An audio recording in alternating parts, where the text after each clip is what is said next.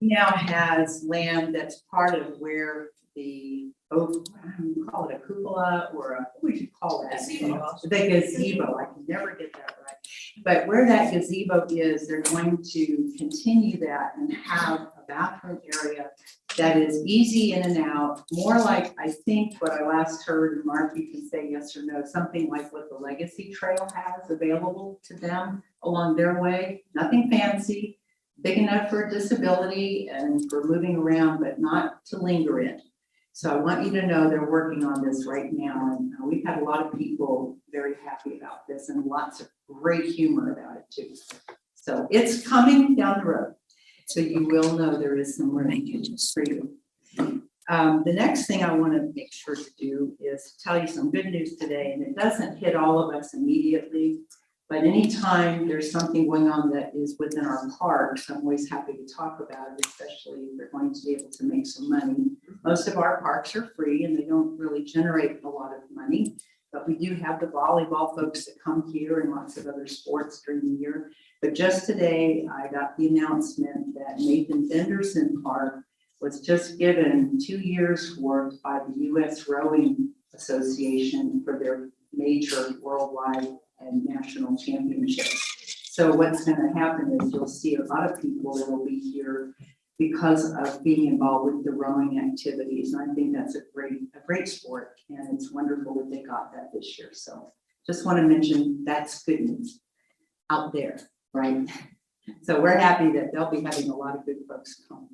So Sergeant Smith is with us, and I want him to go over what's been happening this past month. As you know, we get these intelligence reports from the sheriff's office, and he can tell you what it's saying to us.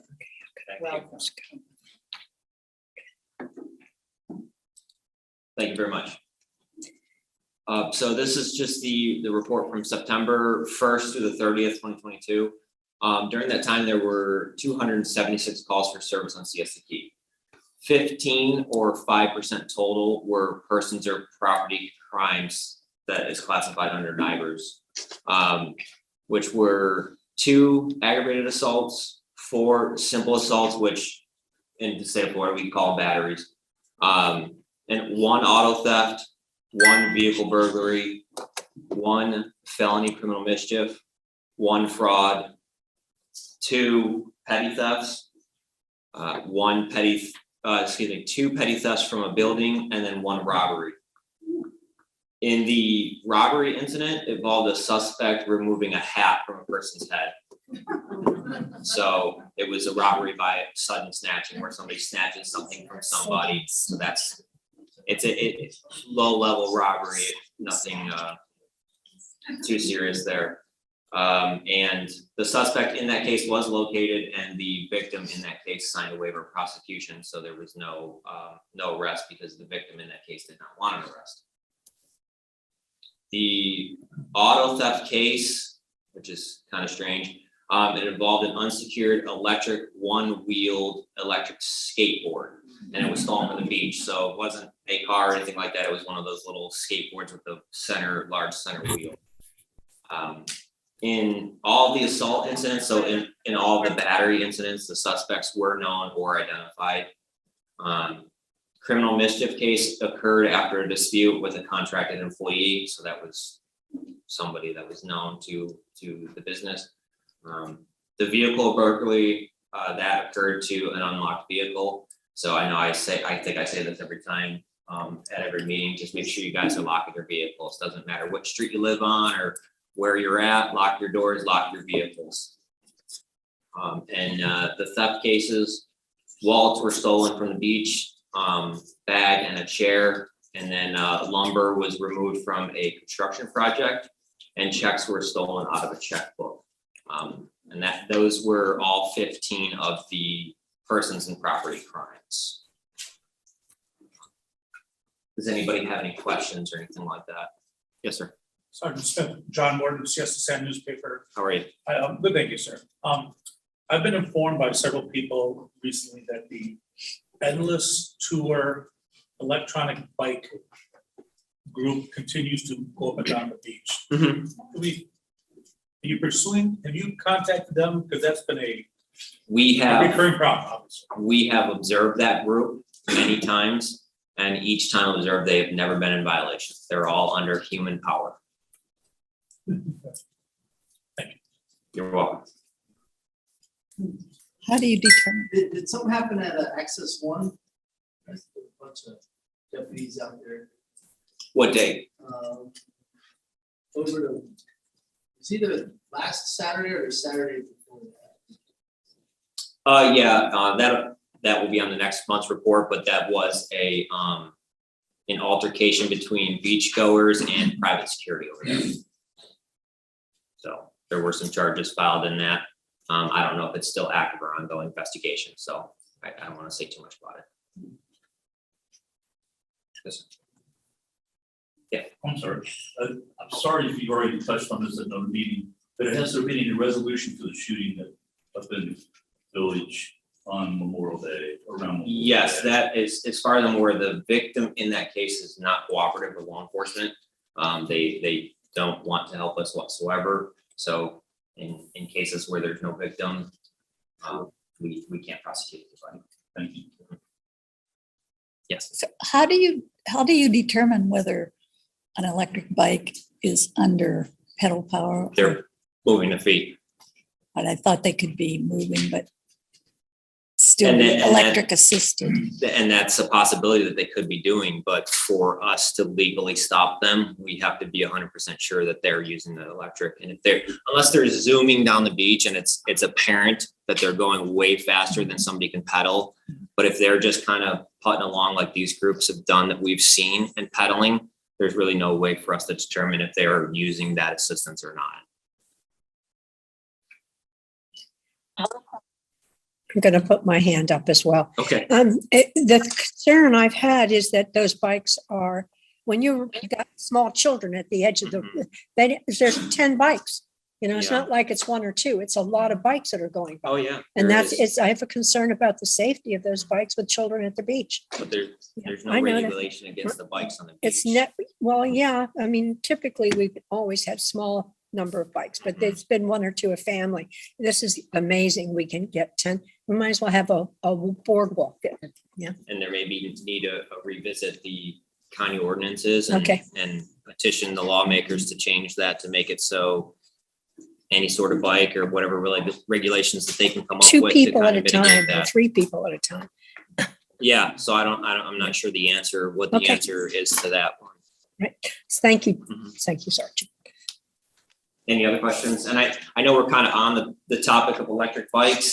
And the last meeting, there was a question about where they're able to go. I have this statute in front of me and I can give you the statute here. I have the statute for bikes and for the electric bikes. And electric bikes can go anywhere that a bicycle can go. So if a bicycle can go on the roadway, an electric bike can go on the roadway. They're on sidewalks. Of the incidents that happened here on Siesta Key, have you found that the majority of live in town or come here from somewhere else? It's a mixture. I don't have those kind of numbers in front of me though, but it's a mixture. Yes. Tell me what the rules of the road are against bikes of any type on the like south. Are they allowed to go against the traffic? Bicycles should go with traffic. Always. Bicycles should go with traffic in the bicycle lane unless there's some sort of thing preventing them from bicycle lane. But if the bicycle wants to turn left, they can take the lane and take that left-hand turn. Up there on the cycle lane. Is there any statute there that says about blocking? A bicycle? No, if there's contractors there working with some truck parked over the sidewalk. Yeah, they shouldn't be parked on the sidewalk that they can receive a ticket. I know there's people there with them, but it's a scooters that can't. Yes, you can give us a call and say there's somebody illegally parked and then we can come out and take a look at it. You have a question? Okay, great. I have a question. But they can park in the bike lane, right? The bicycles? No, trucks. Workers' trucks. That probably would be a case by case basis. If they're blocking it, And there's a sidewalk, but if there's an obstruction, the bicycles can go around the obstruction. That's just something that would have to be looked at that time. Because they're parked in the bike lanes a lot of Mhm. times. And I Have to know there's, pull out I know into what you're the talking about, traffic. like right On over Heigl here. a lot. Yeah, it's tough because it's all tight. There's really nowhere for them to be parked other than there on the side of the road. So, and with all the debris that's everywhere right now too. Well, it's right kind of- now, that it's a holding special everything. case for sure. Okay, thank you very much. Thank you. We were.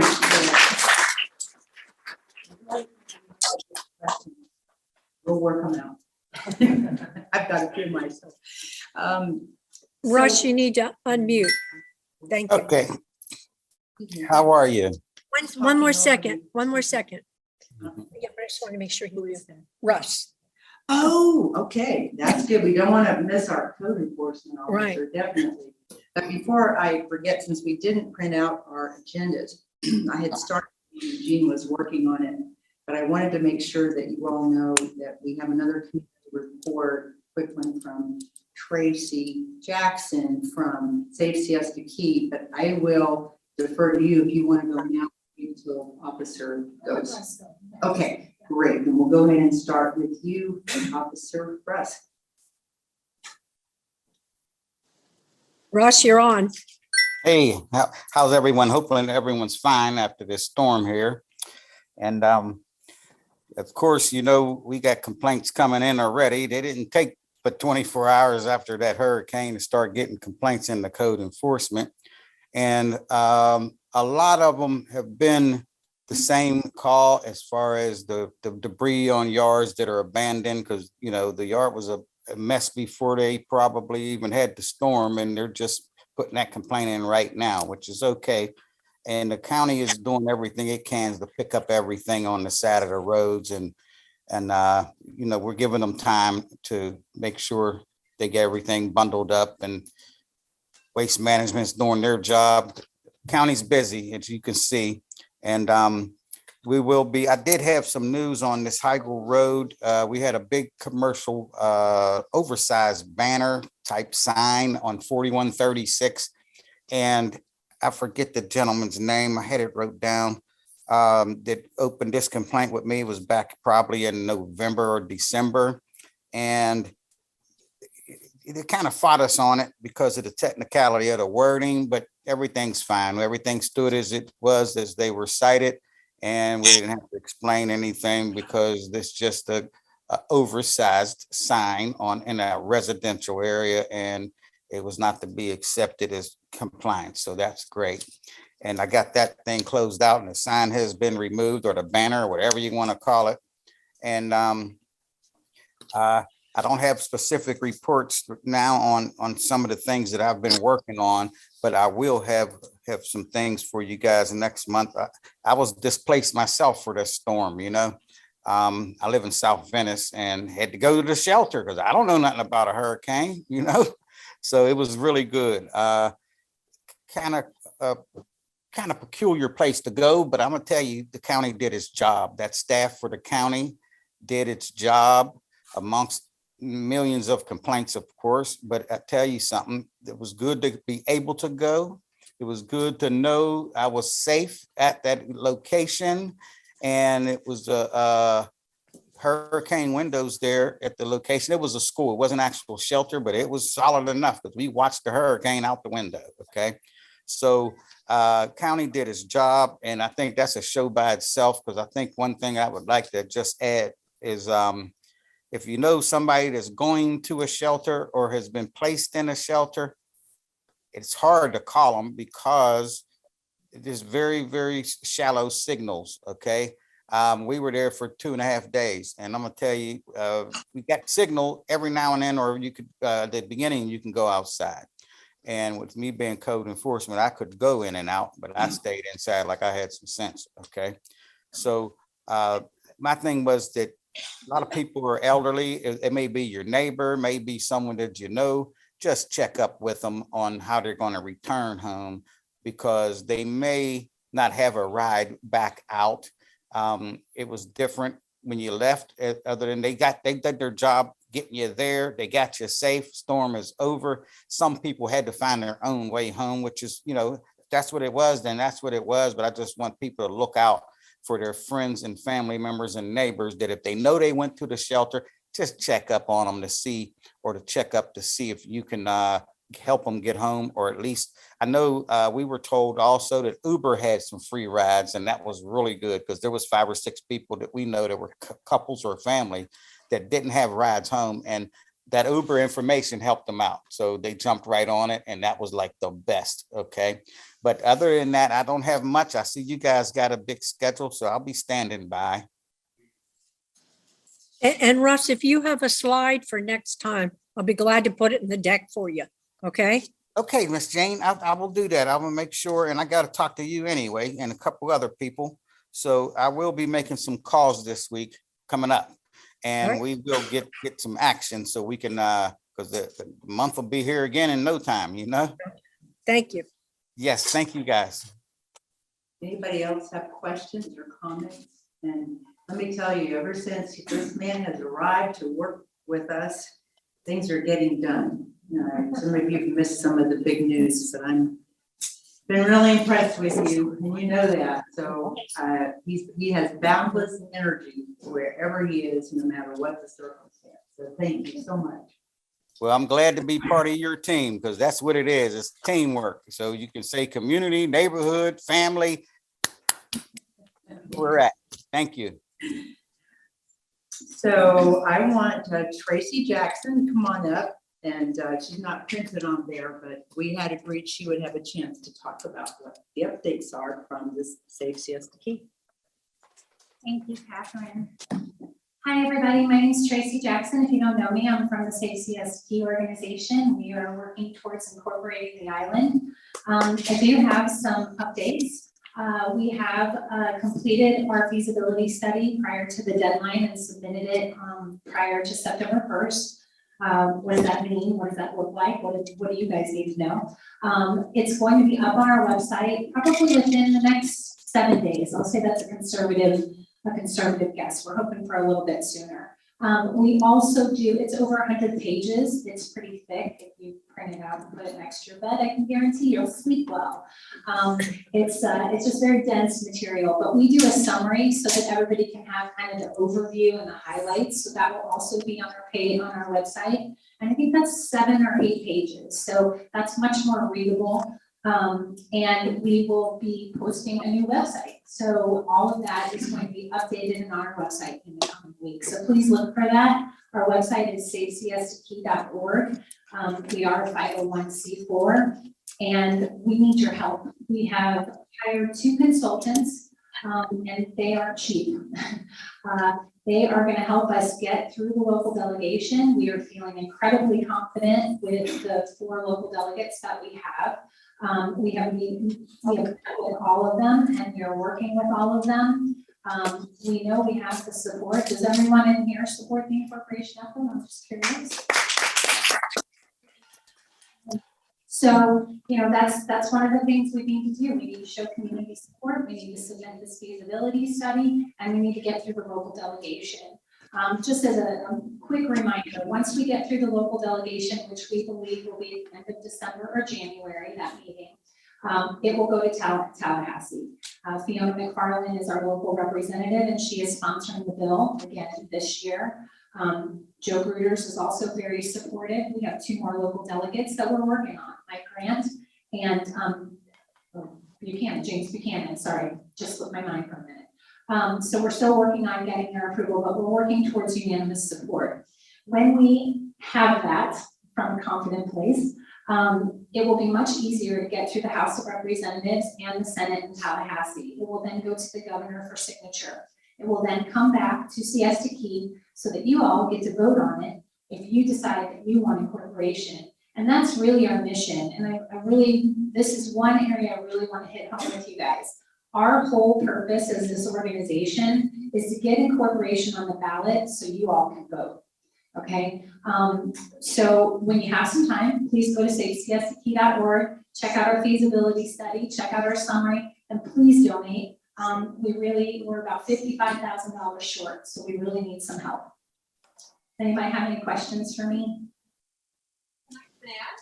Absolutely, please. I work with Tracy, obviously, safety. Oh, yeah, Thursday, Thursdays. Yeah, and I just wanted to mention that one of the things that we did this year, so the community can stay involved and informed, is we had an event each month, and it is on the third Thursday, and it's called Third Thirsty Thursday, and we have a prize, who says that? But, thank you. So I have in the back the little flyer about the Third Thirsty Thursday events and where they're going to be. And the next one is down at Spearfish Grill. We're moving it around the island to get more people involved and make it easy for people. And so I pick up a flyer. If you haven't been, it's the perfect time to wear a blue shirt. And if you need a blue shirt, I brought them today. So those are in the back as well. But we really want the community involved. So please attend one of those events, and at each event, we have somebody from the board who comes and gives an update. That's the best way to stay informed. Thank you so much, Jan. That whole Thirsty Thursdays is pretty tough for me to say, so I appreciate that. Thanks so much, everyone. Did you have a question? I'm sorry, I might have one. No? Okay, thanks so much.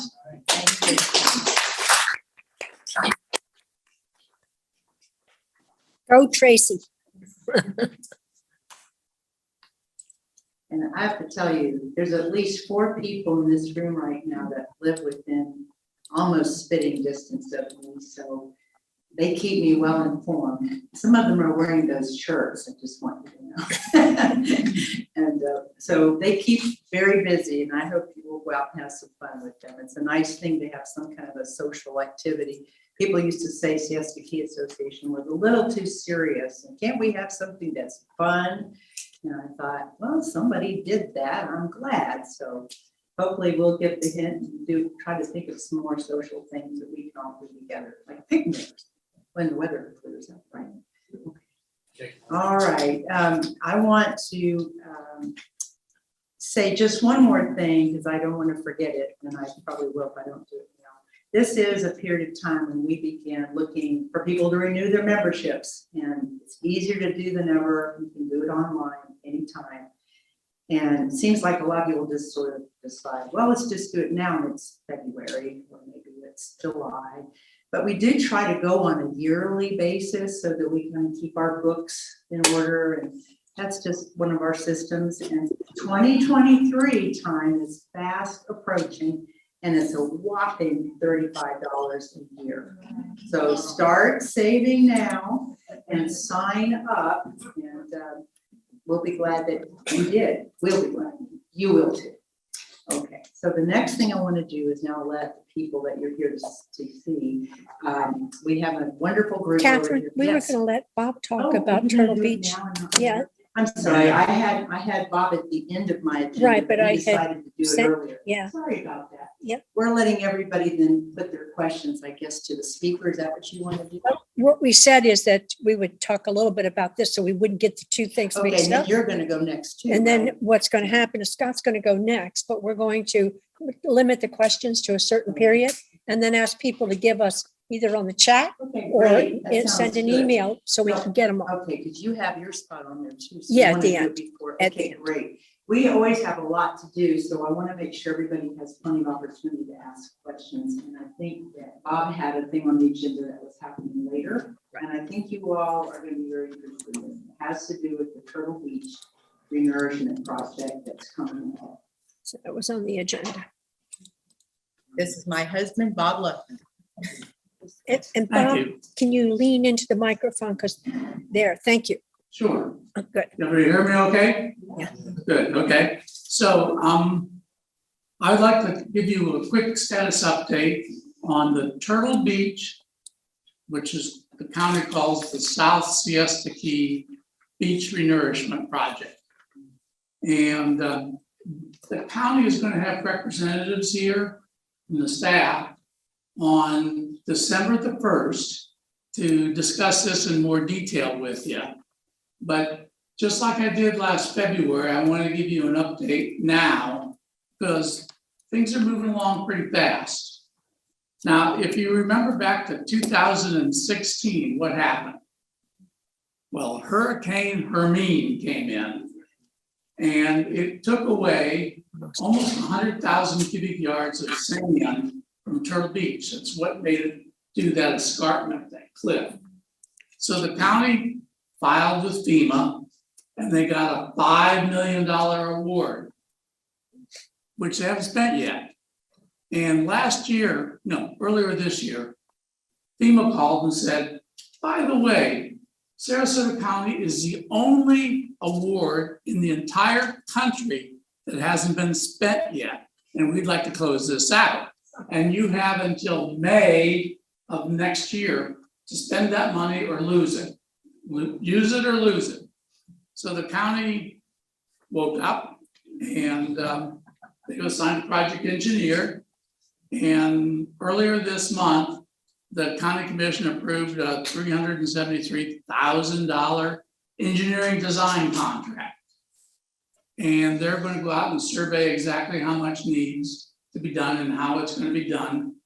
But it's too small at 92,000 cubic yards. That's only about 10% of what they did on Lido. It's only about 20% of what they did the first time around. So they're gonna, FEMA told them, hey, why don't you do it by truck, not by barge? So they told them, do it that way and you'll get it done, otherwise you're gonna lose your money. So that's what they've hired an engineering company to do, is to figure out how to truck sand in from the Lakeland area and put it on Turtle Beach. When I heard about it, I told them, seems like you haven't thought this through very well yet. And so I've spent 2 or 3 hours talking with the engineer, Curtis Smith, who is the same guy who did the wastewater pumping station over here. He's a good engineer, and I like him. He's really caught in a squeeze here because they're running out of time. Not only does FEMA have a cutoff date, but the turtles also have a cutoff date. They want to start coming ashore in April, and so you got to be out of there by then. So here's the plan. They are going to have this contractor survey again and prepare a bid package, and they're going to go out for bids on December the 1st. Not pretty close.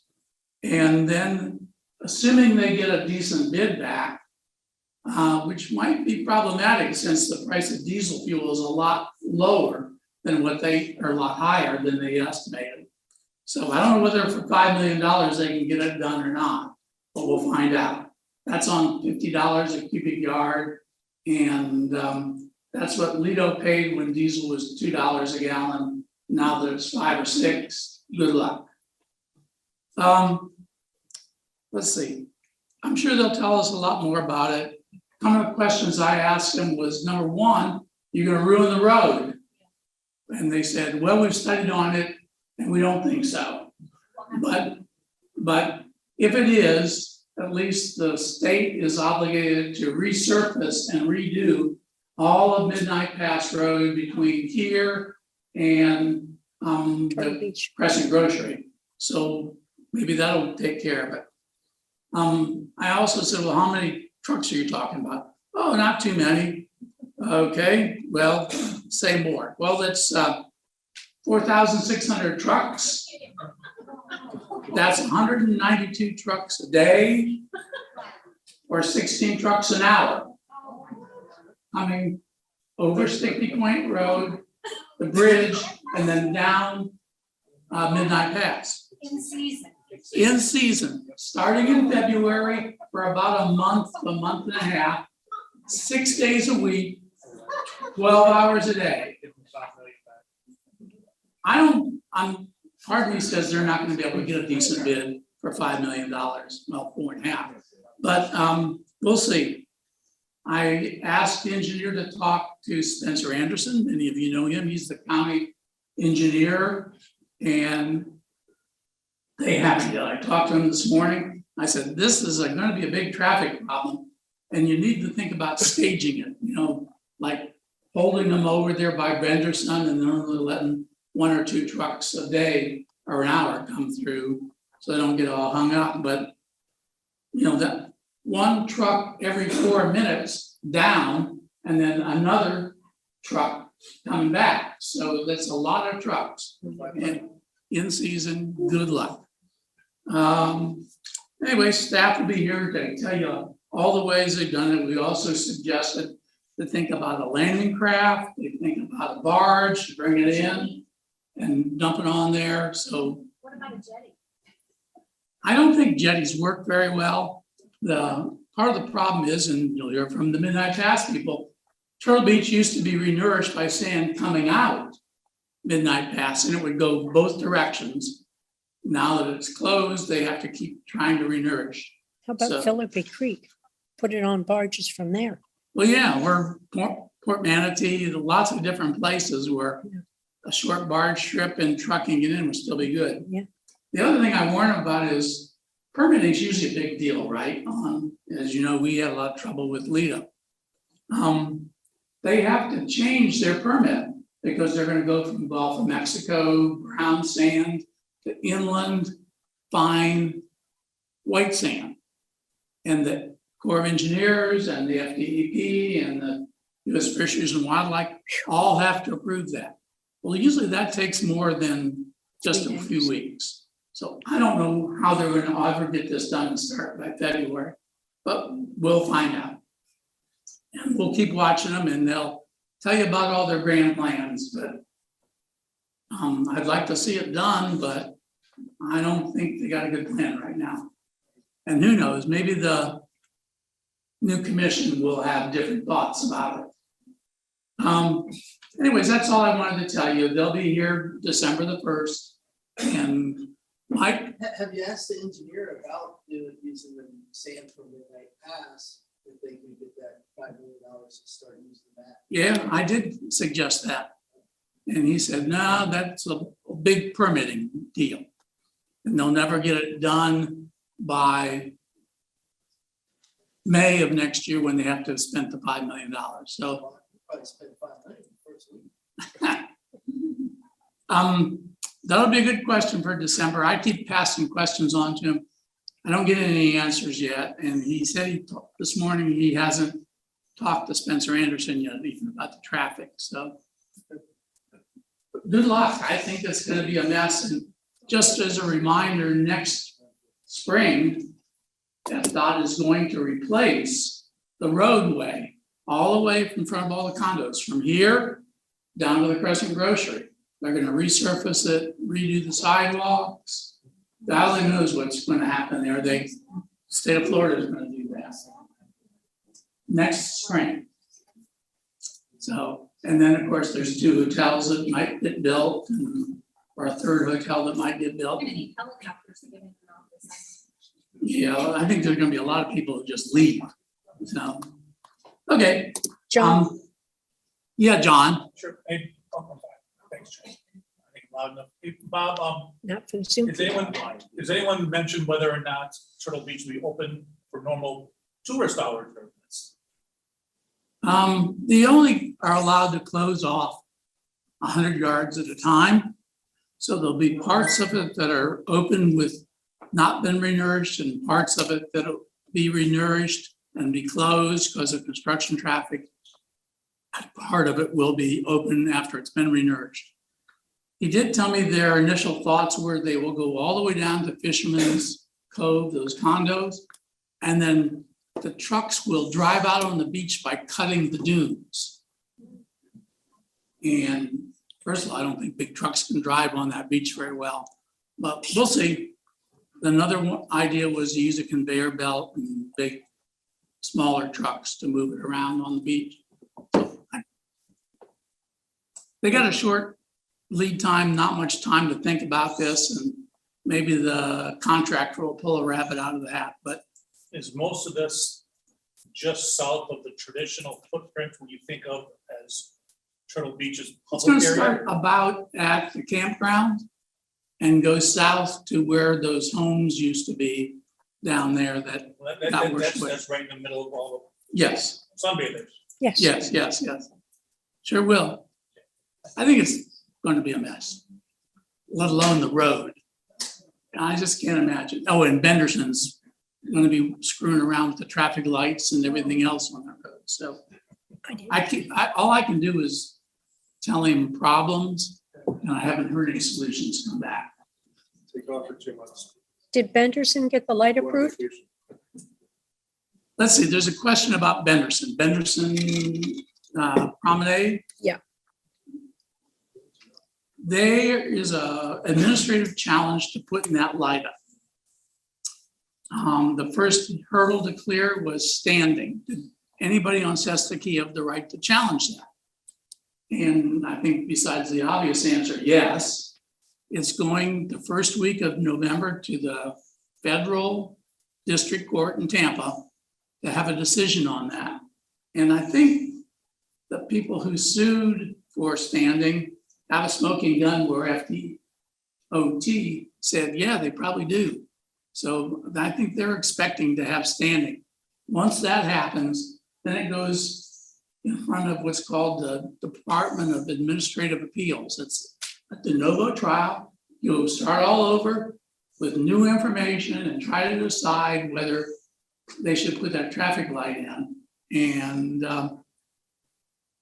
the people who are trying to get standing filed a letter with Benderson saying, by the way, there's a court precedent that says if you lose and you don't have the right to put that in, even though it's there, you have to take it all out and put it back the way it was.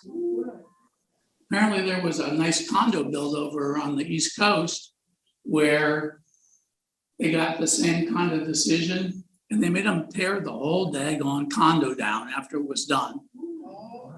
So, I mean, Benderson's got enough money to play chicken, but he is a little bit. So the other thing I would tell you is that,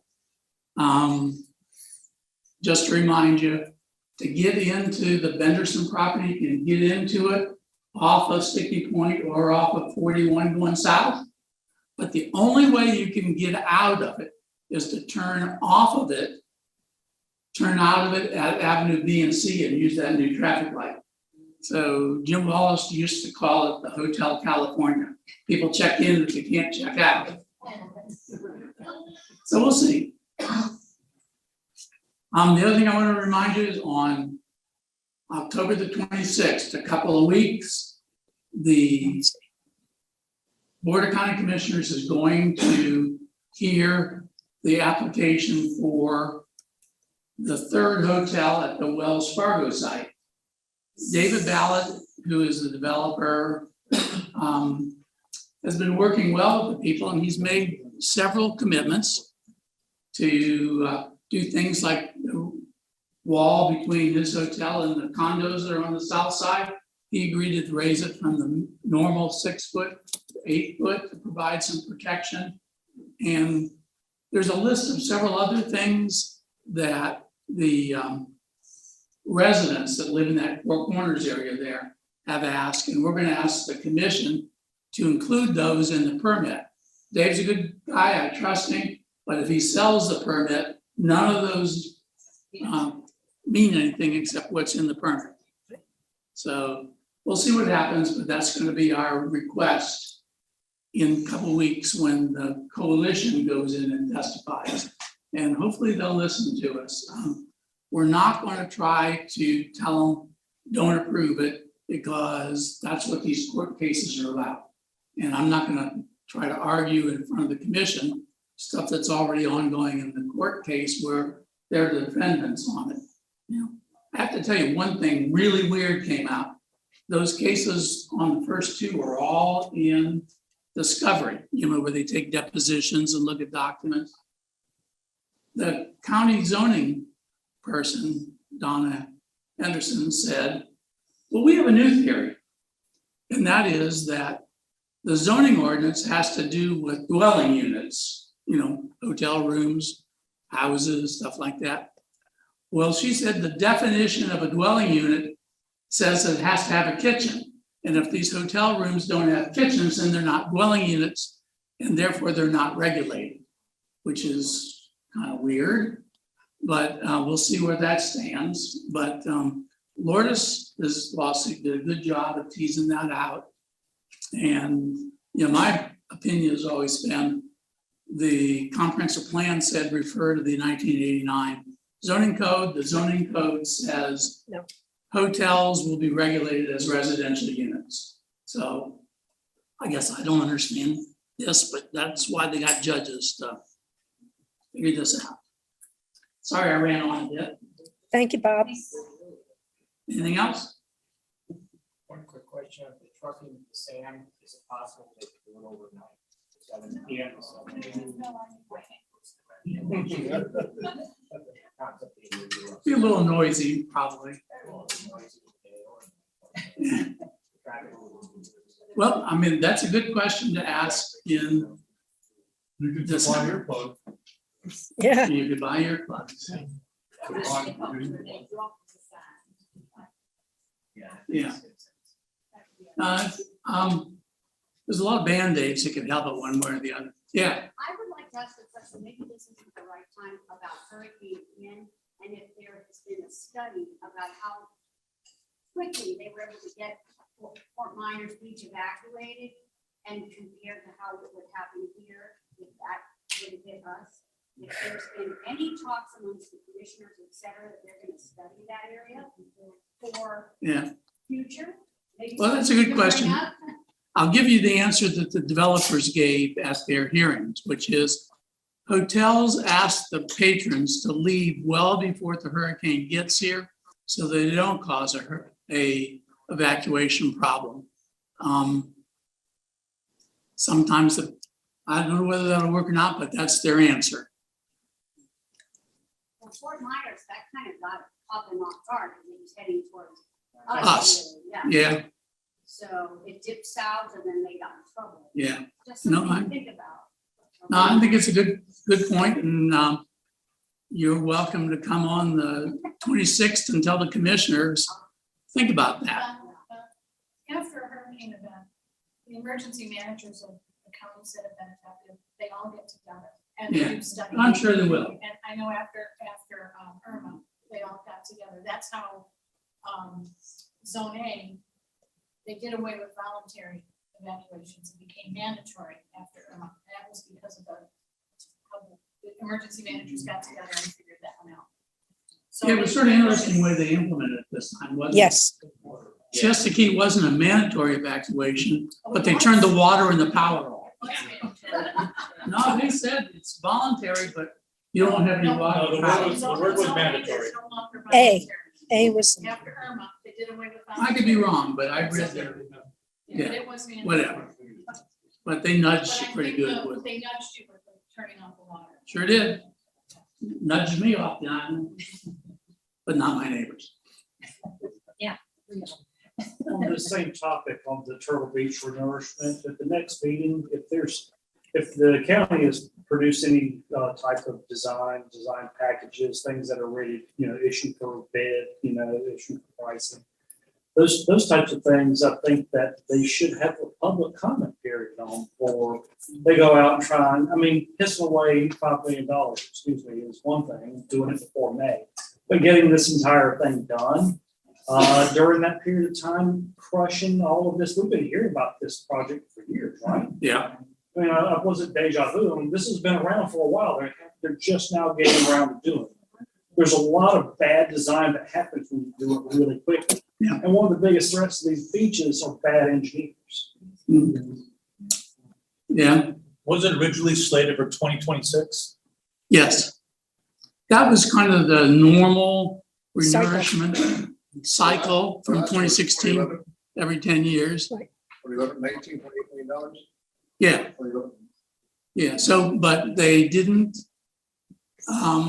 work on it. They were hoping to hold their money over till 2026 and spend it then. And that's when FEMA called them last spring and said, you're the last one. You got to spend your money or you lose it.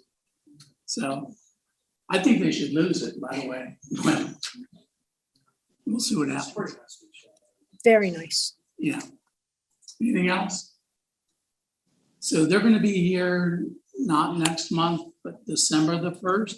And Curtis did tell me, who's the project manager, that they will have a public workshop on it, as well as coming to this meeting. But you remember that's gonna happen after the contractor has already prepared the bid package and they're getting ready to send it out. You know what it's like to bid a lump sum and then change your mind, you get screwed. So I don't know, they're in such a rush that maybe the county commission, Mark, will have a different thing to say come December the 1st. Yeah. Right. I'd just like to say that there's no way they're gonna be able to acquire that many drivers and that many trucks. If they can get 50 trucks together, that would be pretty remarkable. Yeah. I know that because I was, in that industry until recently. And I mean, you can't hire drivers, waste management can't hire drivers. Right. So what, they're gonna hire 100 drivers out of nowhere or 1,000 drivers? It's just not gonna happen. It's not gonna be trucks, there's a shortage of trucks. Yeah. Working for people 100 miles south. I'm not doing this yet because I think it's unbeatable right now. They aren't gonna be able to find the trucks, the drivers, the money is gonna be a lot more. And get through the zoning. Everything they have to And get I through. don't think the permits will Package, be right. very fast. Nope. And usually, they have to be done by the middle of April or the turtles show up and then they can't do anything. And so. Okay. Yeah, it's from the first couple of weeks, they can't have anything at night. From April the 15th on till September, they can't do anything at all that leaves holes or stuff like that. And I think US Fisheries and Wildlife is gonna be all upset because right there is brown sand and they're gonna put white sand in and the turtles are real persnickety. They don't like different grain size and different colors. And also the darker the sand, the hotter it is, and dark sand and hot temperatures make more male turtles than female turtles. I guess they change Yes. magically Sex. underground. But as you know, the male turtles leave and never come back. It's the female ones that we want to come back here. So but we'll keep talking with them. They're good people out there. I know Rachel Herman is the environmental person and she'll work with them. US Fisheries and Wildlife doesn't do anything in a rush. So we'll see. Thank you, Bob.